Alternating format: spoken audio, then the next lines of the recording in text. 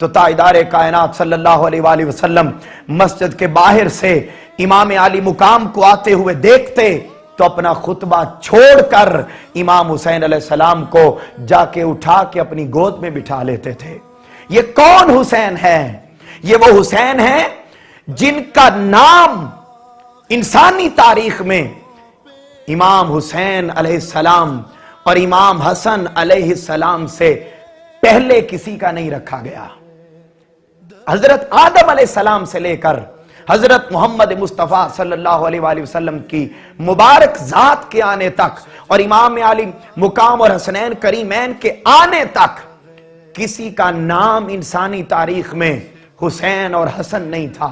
عزیزان محترم، جب حسنین کریمین کی ولادت ہوئی تو جبرائیل امین علیہ السلام جنت سے یہ دو نام لے کر آقا علیہ السلام کی بارگاہ میں حاضر ہوئے۔ اللہ نے یہ دو نام اپنے حسن کے پردے میں چھپا رکھے تھے۔ یہ وہ مبارک ہستی ہے امام حسین علیہ السلام کی کہ ان سے اتنی محبت تاجدار کائنات صلی اللہ علیہ وآلہ وسلم کو کہ اگر نماز پڑھ رہے ہوتے تو نماز کے دوران جس طرح ہم عام طور پر اپنے گھروں میں دیکھتے ہیں، بڑے بزرگ ماموں، چاچو، نانا ابو، دادا ابو، مائیں، خالائیں جب نماز ادا کر رہی ہوتی ہیں تو جو چھوٹے بچے ہوتے ہیں وہ ان کی کمر پہ آ کے بیٹھ جاتے ہیں۔ وہ ان کی کمر پہ آ کے بیٹھ جاتے ہیں، وہ انہیں پتہ نہیں وہ بیٹھ جاتے ہیں کمر پر۔ اب جب وہ عام طور پہ یہ ہوتا ہے کہ جو نمازی نماز پڑھنے والا ہوتا ہے وہ اٹھ جاتا ہے، بچہ نیچے گر جاتا ہے، مگر تاجدار کائنات صلی اللہ علیہ وآلہ وسلم کو امام حسین علیہ السلام سے اتنی محبت تھی، اتنا پیار تھا کہ امام حسین علیہ السلام جب تاجدار کائنات صلی اللہ علیہ وآلہ وسلم نماز ادا کرتے تو ایک دفعہ یوں ہوا کہ حضرت امام حسین علیہ السلام ان کی پشت مبارک پہ آ کے بیٹھ گئے۔ پشت مبارک پہ بیٹھے تو سر سجدے سے نہیں اٹھایا، اس لیے کہ کہیں ایسا نہ ہو کہ میں اٹھوں اور میرا شہزادہ نیچے گرے اور اس کو کوئی تکلیف پہنچے۔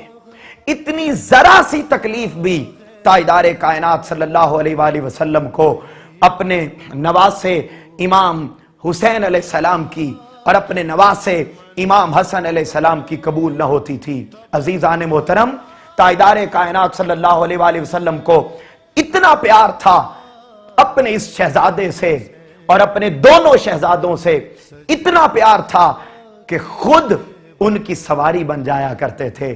دائیں طرف امام حسن علیہ السلام کو بٹھاتے، بائیں کندھے پر امام حسین علیہ السلام کو بٹھاتے، اور بازار میں چل رہے ہوتے۔ ایک دفعہ یوں ہوا کہ بازار میں بٹھا کے چل رہے ہیں کندھوں پر، تاجدار کائنات صلی اللہ علیہ وسلم بازار میں جا رہے ہیں، سامنے سے حضرت سیدنا عمر فاروق رضی اللہ تعالیٰ عنہ آ گئے۔ سیدنا فاروق اعظم آ گئے اور آ کر کہتے ہیں، واہ کیا سواری ہے، واہ کیا سواری ہے۔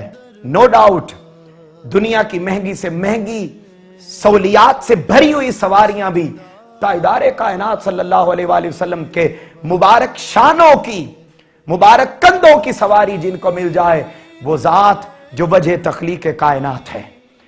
ناظرین محترم اور عزیزان محترم، یہ وہ مبارک ذات ہے، یہ وہ مبارک ہستیاں ہیں کہ جن کو اپنے کندھوں پہ سوار کر کے تاجدار کائنات صلی اللہ علیہ وآلہ وسلم چلتے۔ حضرت عمر فاروق نے فرمایا، واہ کیا سواری ہے۔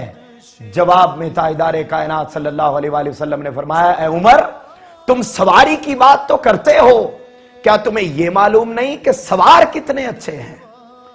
ان جیسا سوار بھی دنیا کے اندر کوئی نہیں ہے، نہ ان سے پہلے نہ قیامت تک ان جیسا کوئی اور آئے گا۔ عزیزان محترم، بات ختم کرنے کی طرف لا رہا ہوں۔ ان کے فضائل اتنے ہیں کہ ساری تختیاں ختم ہوئیں اور قلم داں ٹوٹ گئے، پر تیرے اوصاف کا ایک باب بھی پورا نہ ہوا۔ وہ مبارک ہستیاں، وہ سوار کیسے ہیں؟ تاجدار کائنات صلی اللہ علیہ وسلم نے فرمایا، ان الحسن والحسین سیدہ شباب اہل الجنہ۔ امام حسن علیہ السلام اور حسین علیہ السلام جنتی نوجوانوں کے سردار ہیں۔ ناظرین، بڑی خاص بات بتانے لگا ہوں، جنت میں